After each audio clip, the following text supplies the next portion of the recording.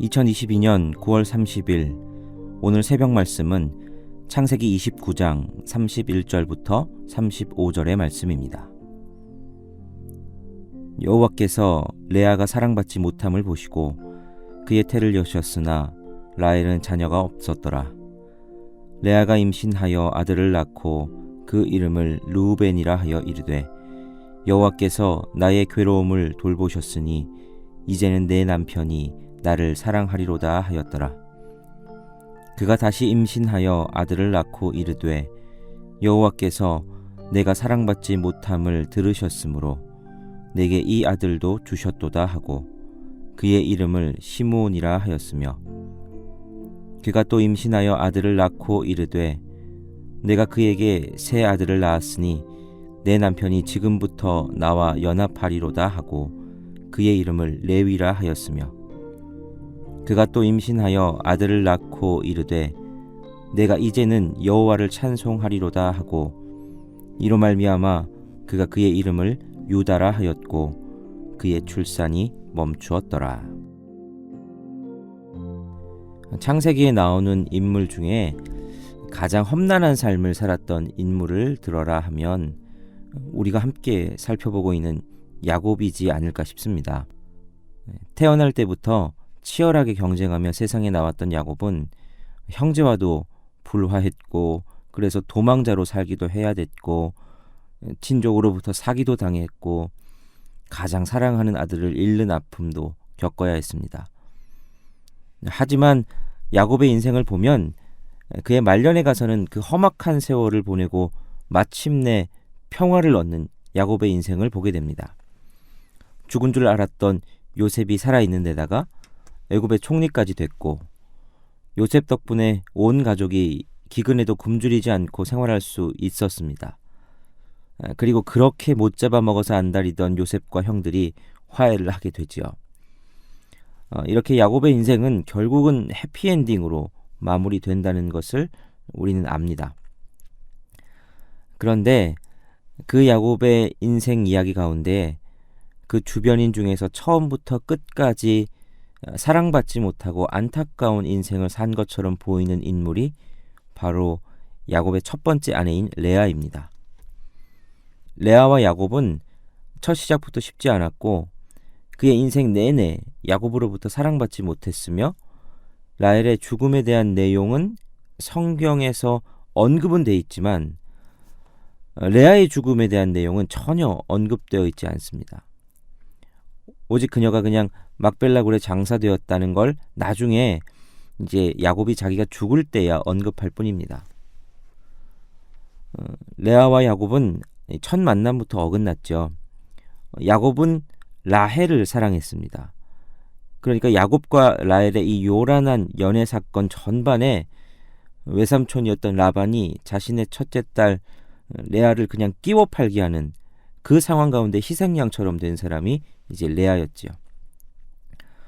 레아는 야곱이 원한 여인이 아니다 보니 어쩔 수 없이 결혼한 이 결혼 생활이 어떻게 행복할 수가 있었겠습니까? 야곱이 레아를 사랑할 리가 없지요. 라헬만 그냥 주구장창 사랑하고 레아는 그냥 뒷전인 그 상황. 어떻게 레아가 속이 상하지 않을 수 있겠습니까? 그런데 하나님은 그런 레아에게 은혜를 베푸십니다. 29장 31절부터 32절까지를 보면 하나님이 이렇게 말씀하십니다. 여호와께서 레아가 사랑받지 못함을 보시고 그의 태를 여셨으나 라헬은 자녀가 없었더라. 레아가 임신하여 아들을 낳고 그 이름을 르우벤이라 하여 이르되 여호와께서 나의 괴로움을 돌보셨으니 이제는 내 남편이 나를 사랑하리로다 하였더라.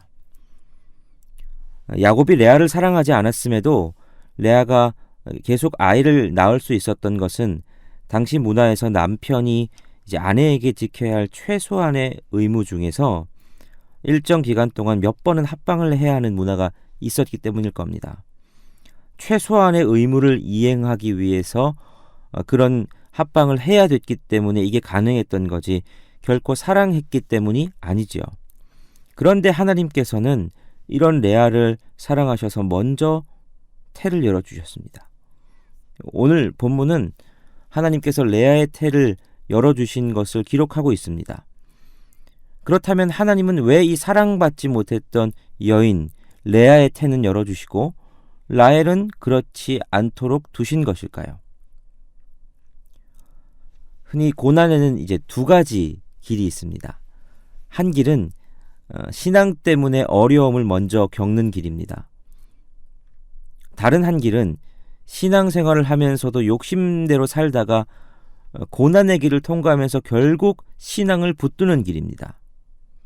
신앙 때문에 어려움을 겪든 아니면 고난 때문에 신앙을 택하든 두 길 모두 하나님은 은혜로 그들의 삶을 인도하시지요. 그런데 굳이 따지자면 레아의 경우는 후자라 할 수 있습니다.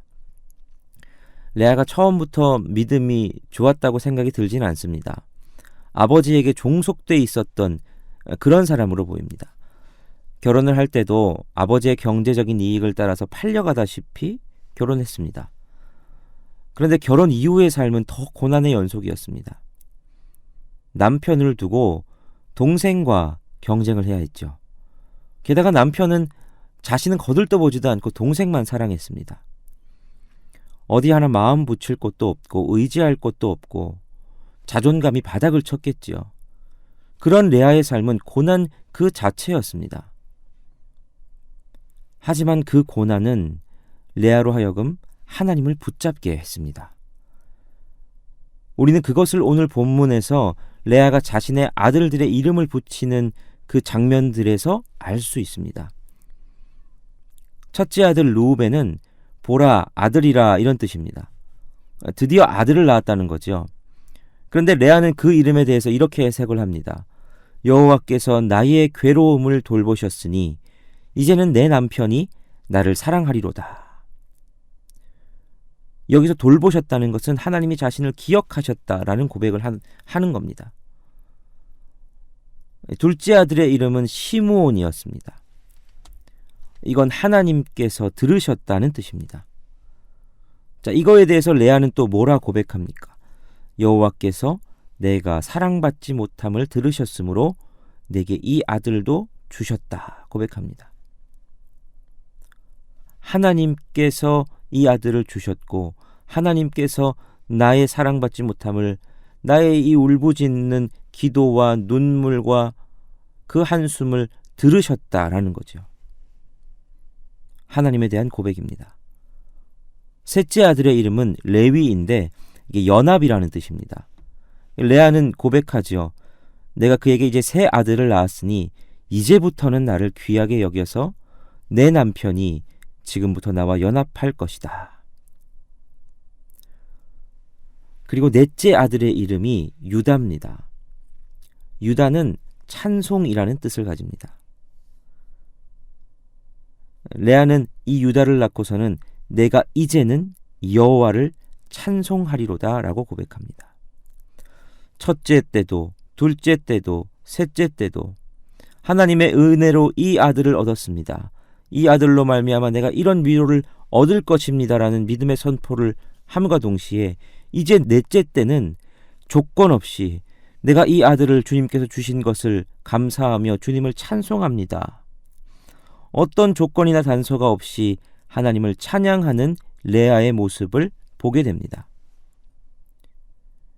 그래서 유명한 구약학자인 존 필립스는 레아의 신앙에 대해서 이렇게 말합니다. 레아는 주님 안에서 자신의 사랑의 출구를 발견했다. 그녀는 행복해지기 위해 더 이상 사람이 필요하지 않았다. 그녀는 주님 안에서 기쁨과 칭찬을 얻었다. 그러한 높은 영적 수준에 도달하자 레아의 태가 닫혔다. 미래에 대한 확신을 얻기 위해 그녀에게 무엇이 필요했겠는가? 그녀에게는 100명의 아들보다 주님이 더 든든한 존재였다.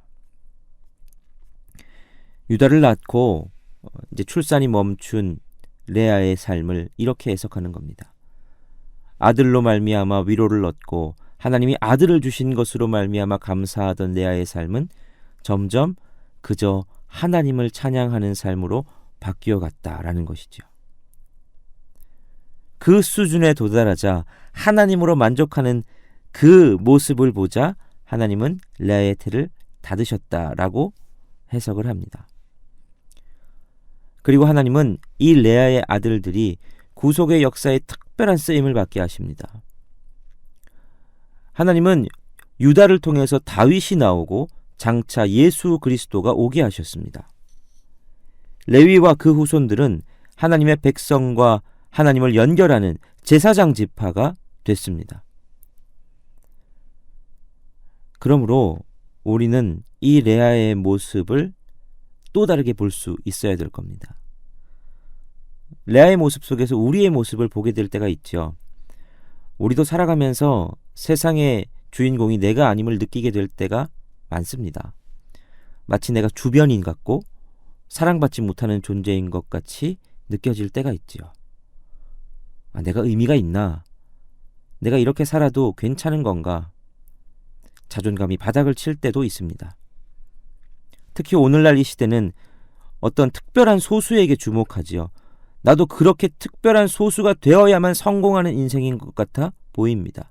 라헬처럼 사랑받고 뭘 해도 다른 누군가에게도 사랑받고 귀히 여김을 받고 그래야 삶의 의미가 있는 것처럼 보여지는 시대입니다. 그럴 때 우리는 레아의 모습 속에서 배울 수 있어야 합니다. 하나님은 고통 가운데 있는 우리를 그냥 내버려 두시지 않습니다. 그 고통을 통해서 하나님을 믿는 믿음을 붙잡을 수 있어야 우리 고통의 진정한 의미를 알게 되고 우리의 고통은 의미를 가지게 됩니다. 원망과 시기, 질투에 사로잡혀 악을 쏟아내는 인생이 아니라 그 고통을 하나님 앞에서 해결받을 수 있는 인생, 그런 인생이 우리의 인생 되기를 소원하며 오늘 하루가 그런 하루가 되기를 간절히 소원합니다. 기도하겠습니다. 사랑의 하나님, 오늘도 말씀으로 우리를 격려하시고 우리가 걸어가야 할 길을 알려주시니 감사합니다. 세상을 살아가면서 우리가 주인공이 아니라 낙오자인 것처럼 사랑받지 못하고 주목받지 못하는 존재인 것처럼 느껴져 패배감과 낙심에 빠질 때가 있습니다. 그러나 그때에 그런 감정에 사로잡히지 않고 주님을 바라보고 그 고통의 시간이 오히려 주님과 가까워지는 시간이 되게 하라. 주님 오늘 말씀해 주십니다. 우리의 삶의 방향이 그렇게 정해지게 하여 주옵소서. 그리하여 세상의 시선에 휘둘리는 삶이 아니라 그러한 상황 가운데서 나는 하나님을 찬양합니다 라고 고백할 수 있는 우리의 삶이 되게 하여 주옵소서. 예수 그리스도의 이름으로 기도하옵나이다. 아멘.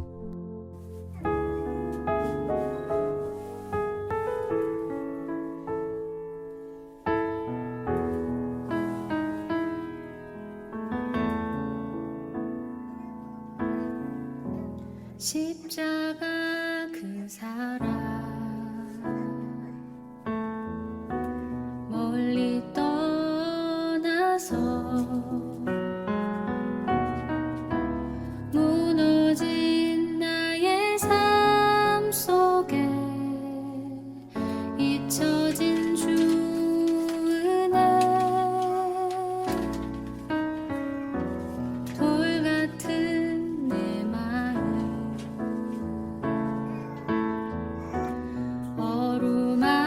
어루만지사 다시 일으켜 세우신 주를 사랑합니다. 주 나를 보호하시고 날 붙드시리. 나는 고배롭고 존귀한 주님